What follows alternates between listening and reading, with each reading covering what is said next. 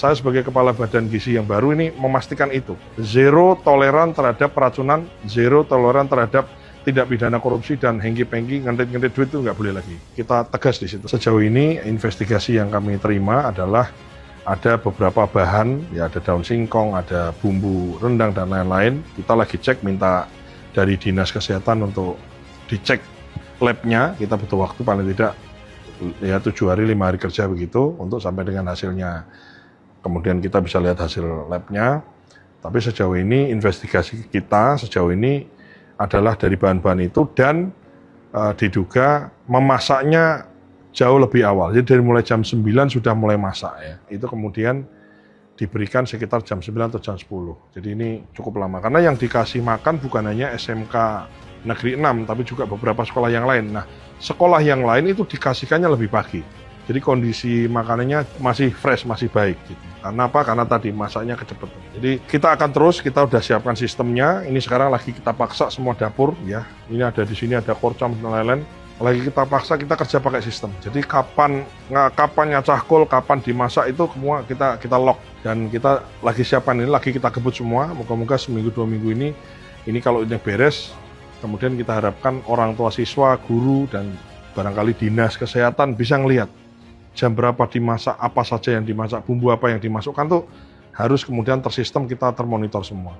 Yang bisa dimonitor oleh semua orang. Kira-kira itu sih. Apakah ada sanksi nanti Pak yang akan diberikan? Ini disuspend, jadi dapurnya disuspend, nunggu investigasi. Ya, jadi kemudian SPPG-nya juga kita beri surat peringatan.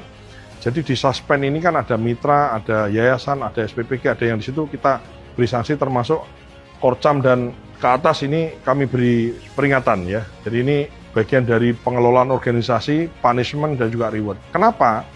Karena dengan kita disiplin, kita kemudian memberikan sanksi yang sedikit tadi, itu bukan hanya untuk memperbaiki yang sedikit yang salah itu menjadi baik, tapi bagaimana yang sudah baik ini juga terjaga. Kan intinya kan bukan hanya ngasih sanksi yang salah, tapi juga mempertahankan yang sudah baik ini untuk terus tetap baik.